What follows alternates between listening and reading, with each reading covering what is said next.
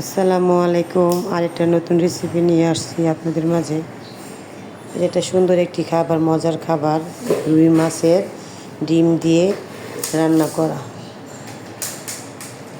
এই রান্নাগুলো অনেক মজা হয়। ডিম এভাবে রান্না করলে ভালো লাগে, ছেলে মেয়েরাও মজা করে খায়।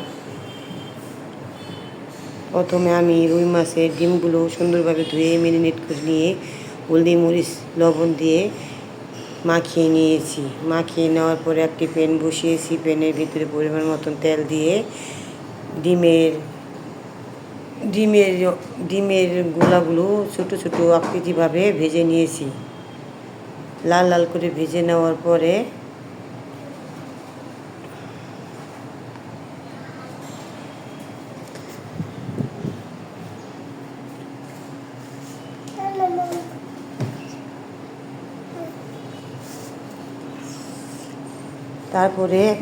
লাল লাল করে ভেজে নেওয়ার পর উঠিয়ে নিয়েছি।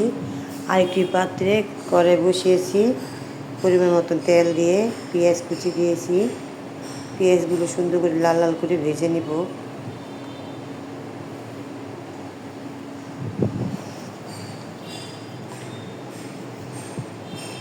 তারপর আমি কয়েকটা কাঁচামরিচ কেটে দিয়েছি।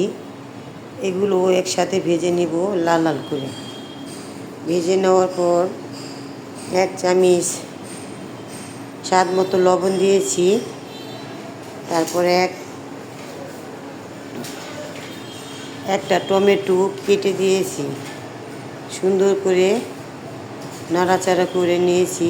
ভাজার পরে আমি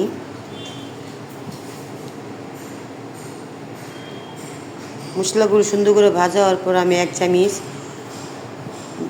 পেঁয়াজ বাটা দিয়েছি, আধা চামচ আদা রসুন বাটা দিয়েছি, আধা চামচ জিরা বাটা দিয়েছি। সব একসাথে একত্রে নাড়িয়ে চাড়িয়ে মিশিয়ে নিব সুন্দর একটা ফ্লেভারের জন্য, কাঁচা ভাবটা যেন চলে যায়। মশলাটা কষিয়ে নিয়েছি। কষিয়ে নেওয়ার পরে এখানে আমি পরিমাণ মতো হলুদ, মরিচ, ধনিয়া এগুলো একসাথে দিয়ে সুন্দর করে নেড়ে চেড়ে নিয়েছি। আর কিছুক্ষণ কষানোর জন্য অল্প একটু পানি দিয়ে কষিয়ে নিয়ে সুন্দর করে লাল লাল করে কষিয়ে নিয়েছি। কষিয়ে নেওয়ার পর আমি এই ভাজা ডিমগুলো ছেড়ে দিব।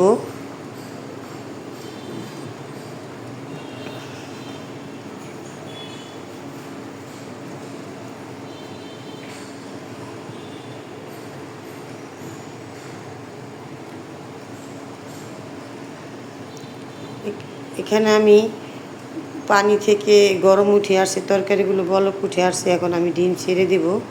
ডিমটি ছেড়ে দিয়ে কিছুক্ষণ রান্না করে নেব। আপনারা বাসায় অবশ্যই এইভাবে রান্না করে বাচ্চাদের খাওয়াবেন। এই মাছের ডিমটা অনেক ভিটামিন। আমি আমার বাচ্চাদের রান্না করে খাইয়েছি, অনেক মজা হয়েছে। আজকে এই পর্যন্তই। আগামী আরেকটা রেসিপি নিয়ে হাজির হব আপনাদের মাঝে। আসসালামু আলাইকুম।